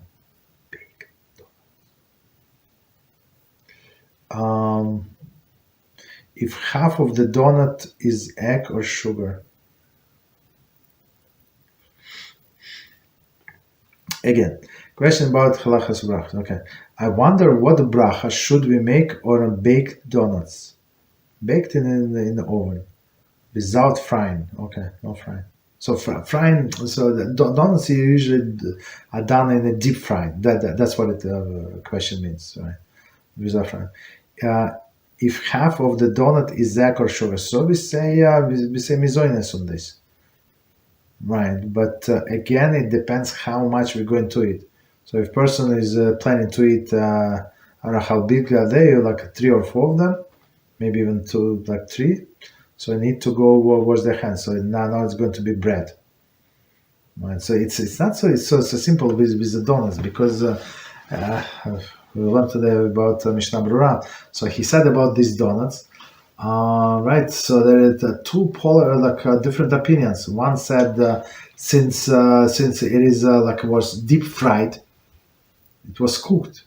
We don't say it's bread because it was cooked. It's not from the bread family. Bread family is something that was baked, right? So, we're talking bread family, meaning what? Meaning maybe it's sugar, maybe eggs, maybe this, maybe that, but maybe sweet, honey, whatever. But it was baked. But here it was cooked.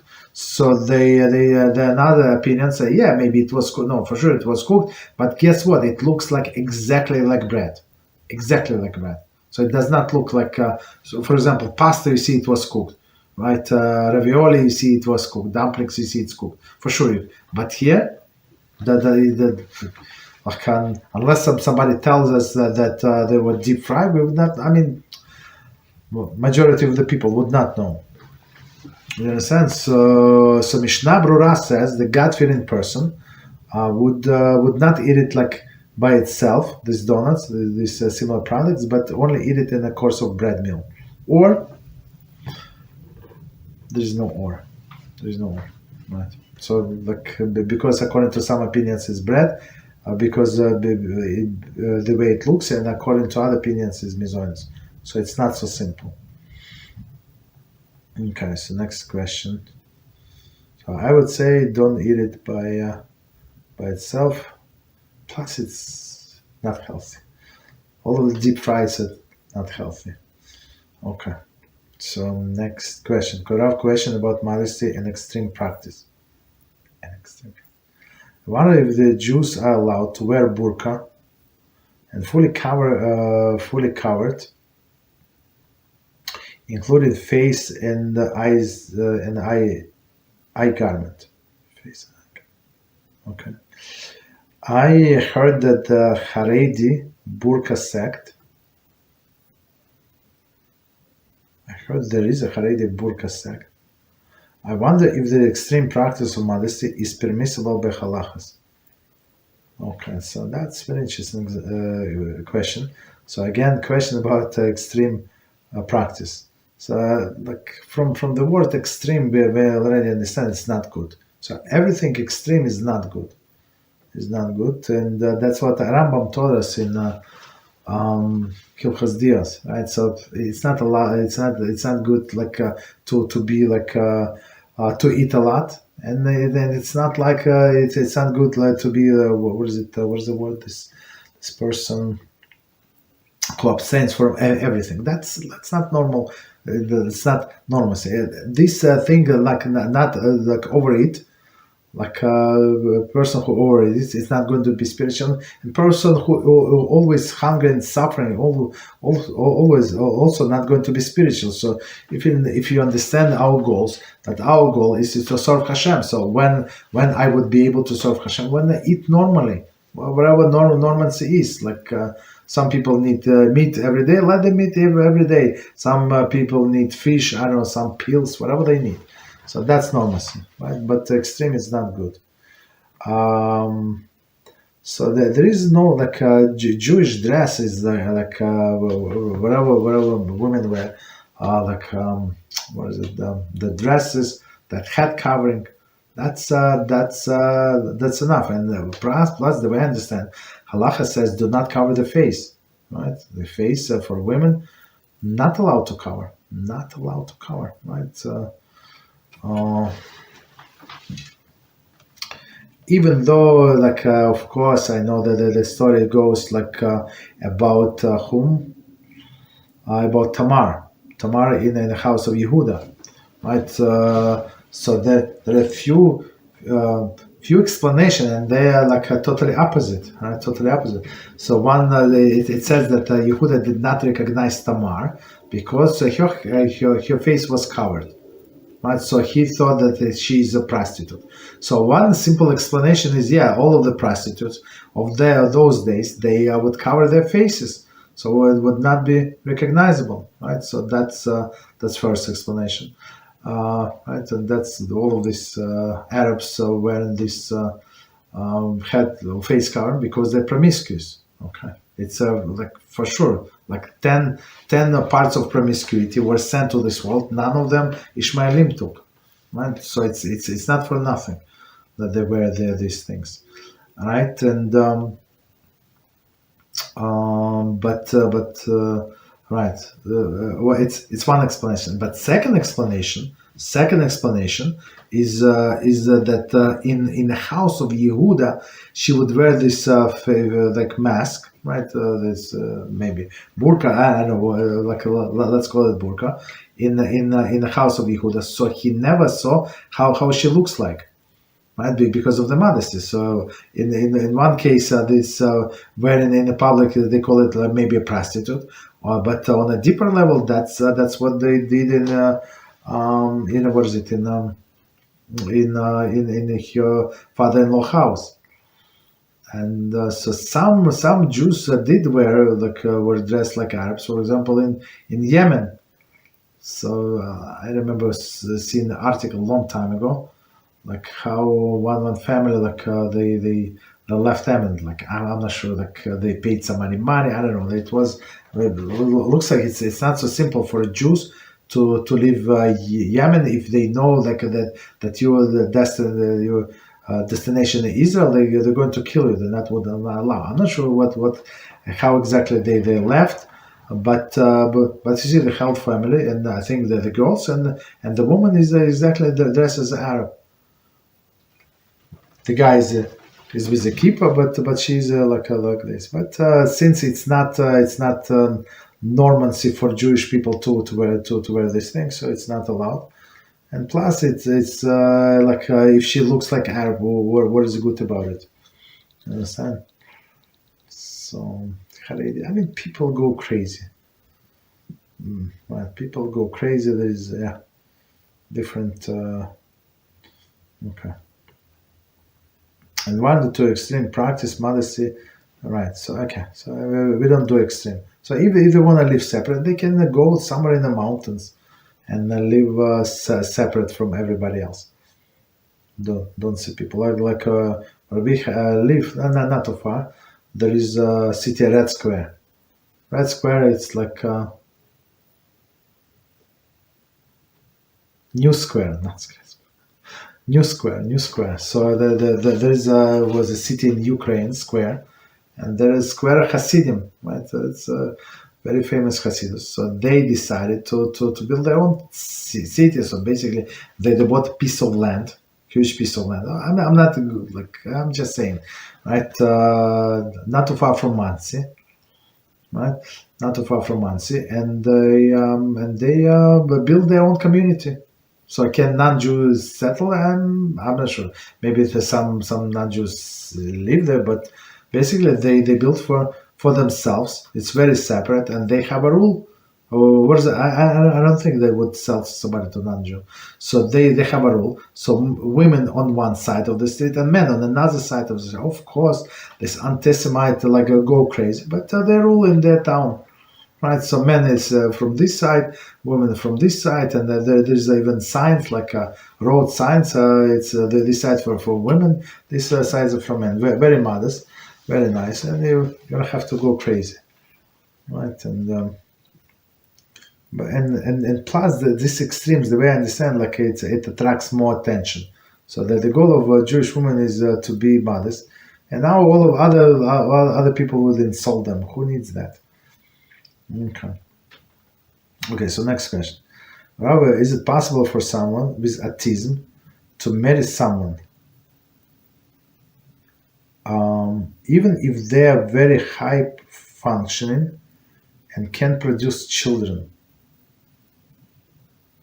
Just different neurological thinking and behavior, not aggressive or extreme. They have a higher likelihood of passing the trait to their children. Right. So I think, is it possible for someone with autism to marry someone? Even if they're very high functioning, I'm not sure what is high functioning. Can they go to work and make money? I don't think so. Just because a person wants to,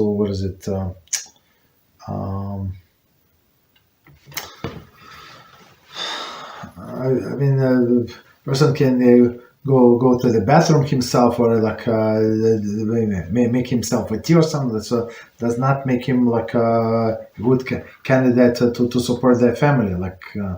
It's a very dysfunctional family, right? So, and plus, I don't think we would allow him to sign any document, to sign a ksuba. So I don't think he can marry anybody. I produce children, yeah. So, yeah. My opinion. It's my opinion. Maybe halacha could be different. According to it's case by case basis. But I think we will see them as shoteh. Right, as I said, I have the experience. Sometimes, they know, not in autism. I'm not sure what diagnoses were, but he speaks normally, and they switch and completely start talking gibberish and start walking away from you, all the crazy thing. But can they eat? Yeah, if they call him to eat, you put him his portion, his fork and a knife. So. And he would use a fork and a knife to eat. Can he get married? I don't think so.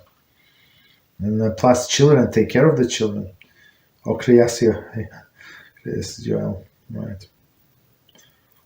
Right. That's Kriyas Yoel is what is it, Satmar, the Satmar break off when the Yoel Rav Yoel Misatmar Zatzal passed away, so he did not leave the heir. I'm not sure if he did not, but the brothers could not divide basically.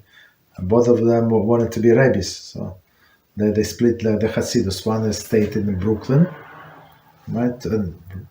Right, yeah, it's Brooklyn, Williamsburg, and one part went to this Kriyas Yoel. Okay, so they bought the land and they built whatever they want, and right, they can dress whatever they want. Okay. I guess on Shabbos they can close the roads, the way I understand. And I'm not sure if they do that, but technically, if it's like private settlement in some sense, like closed community, you can do whatever you want in a closed community, I think. But I'm not sure. Okay, so continue. I have a question about Lot's daughters. I wonder how could Lot's daughter even want to look at the Lot's face after he offered them to the wicked townspeople. I've never heard this question before.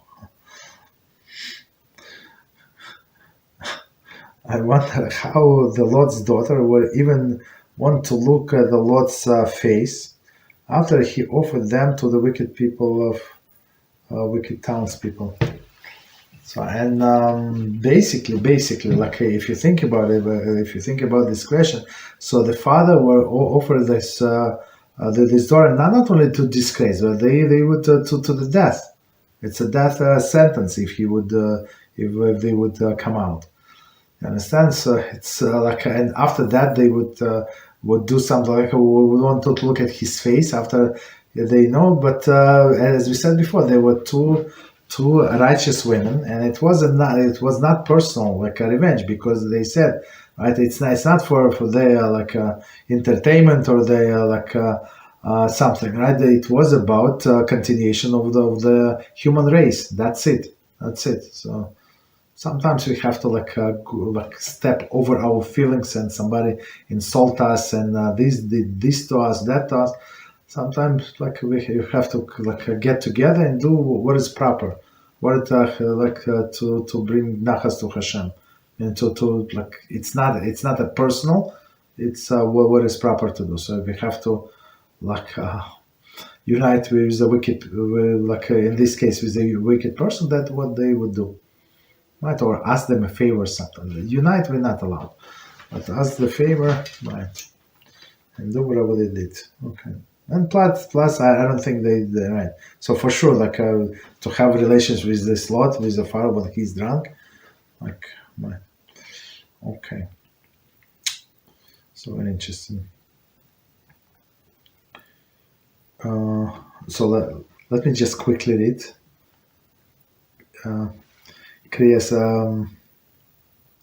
In keeping with our tradition and religious customs, we kindly ask that you dress in behave in modest way while visiting our community. This includes wearing long skirts or pants, covering the neckline, sleeves part the elbow, use appropriate language, maintain gender separation in all public areas.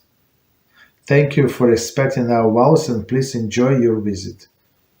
Sponsored by Congregation Yetev Lev of Kriyas Yoel. Right, so I mean, everywhere, if you go to Israel, to this Meyah Sharim, like it's a very, very like holy neighborhood. It's one of the oldest neighborhoods in Jerusalem. I mean, eldest like 100 years old or so, maybe more than 100 years. Right, and very different Hasidim, holy neighborhood, holy people.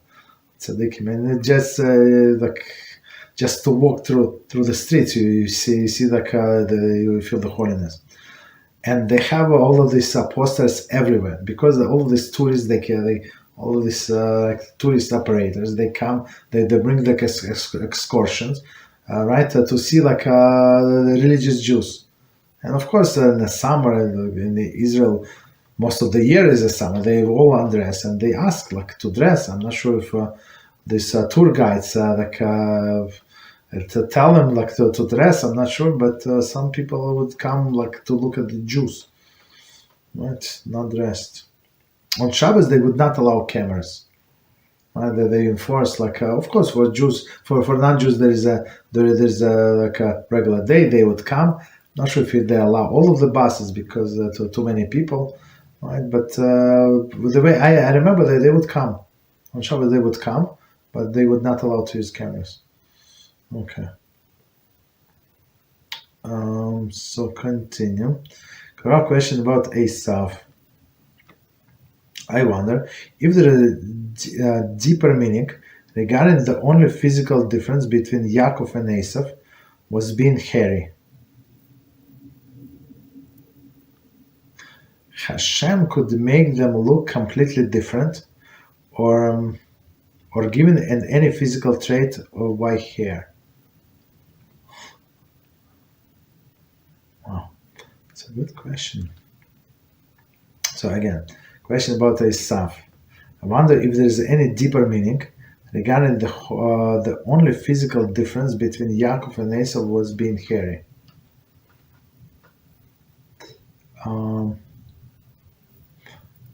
Hashem could make them look completely different, or given any other physical traits, white hair. So it says that the Esav was born complete, full of hair. So that you see right away that the baby is developed like right developed. And it says some midrashim said that he was born almost like with a beard, absolutely complete, all of the hairs, everything was there. So maybe it's my guess. Maybe it's like to show that his potential was much higher than Yaakov, right? So Yaakov was like looked like a baby, but this Esau was not looking like a baby, like adult, some adult.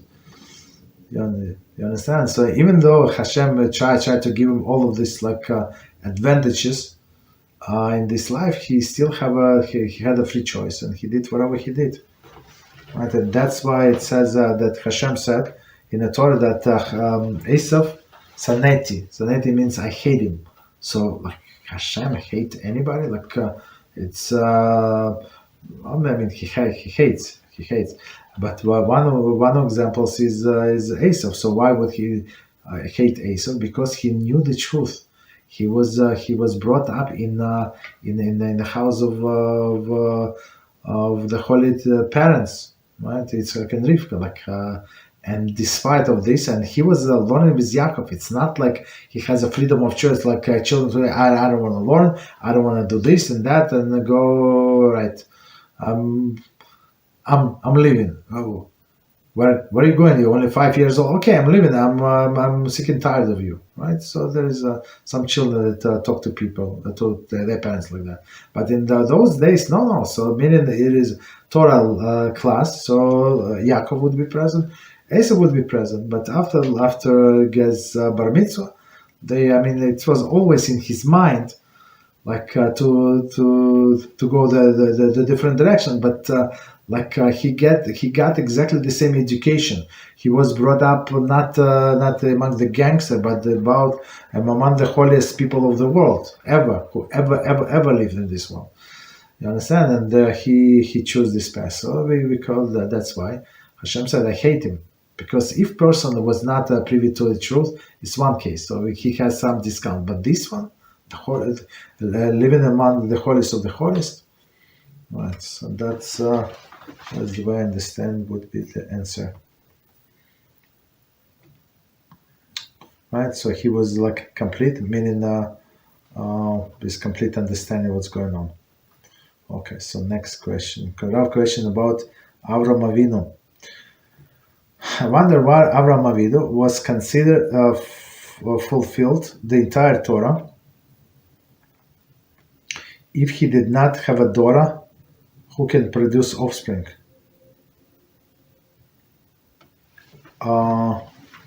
Right, so that's a very good question. So the basic idea, the basic law of having children, it's one of the first mitzvahs. Is it the first mitzvah? I think so. Maybe it's the first one. Is to have children, right? And our sages say so. Like according to some opinion, if you have one child, it's considered that you have fulfilled the mitzvah. Others say no. You have to have at least a boy and a girl. And others say not only that, but what if they're going to pass in your lifetime, right? People pass young, right? And unfortunately, right? So meaning that make sure that that this child has other children. So meaning grandchildren, many times in Torah considered as a children of that person. Understand? So meaning that even if though his son or daughter would pass away, so they still have somebody who is considered to be child. So it's extra. So to have a child, to have two children, according to some opinion, yes. According to some opinion, it's not necessary. And plus, children of the children is only to make sure that until a person passes away, he's still in his lifetime a boy and a girl. Okay. And plus, it's our sages say Avraham Avinu had daughter. Her name was Bakol, right? So when it says that Hashem blessed Avraham with everything, so and but one Talmud said, I'm not sure if we made this clip or not, but I marked it for sure because it's very, very interesting. Not many people know that he had a daughter. Right, but with everything, meaning how can he say with everything if he had only one son? Yeah, he said one son and one daughter. How no? With from the word bakol. So bakol meaning with everything, but second explanation of bakol meaning everything including daughter, and her name was Bakol. Okay, so that's a very good question. So next question, our question about potentials. Some potential could not work both ways. Could work both ways. I wonder if Jewish people who have a higher potential of doing evil things, God forbid, than Goyim. Of course. So again, a question about potential. Since potential could work both ways, I wonder if Jewish people have a higher potential in doing evil things. Okay, yes, of course. High potential meaning it is potential, right? So meaning potential going down or going up. It's a personal choice, right? So for sure, like Jewish criminals, so other criminals are little babies compared to this Bernie Madoff, for example, like this financial criminal, like thief. So people were praising him. And people were giving money him, like asking to beg him to take money from him, from them, and he was so charitable. So I mean, I guess there are other people like him, but they the same, but not on the same grains scheme of things, right? That he got such a big recognition from among the Jews and non-Jews, right? So with Jew, it's a much bigger potential. So if a person does not have Torah, so they can be a disaster for themselves and for the world, for sure. Okay. So I think we answered all the questions. Okay, so no problem. All right. Okay, no, 1 second. There is one question just came. Okay, so next question. A general question. It's common for political correct society. It's common. I'm sorry. In political correct society, for women to say they look perfect, always beautiful. It's wrong for us to consider someone not beautiful. Of course, we would not say anything. Okay. So one more time. It's common in politically correct society for women to say they look perfect, always beautiful.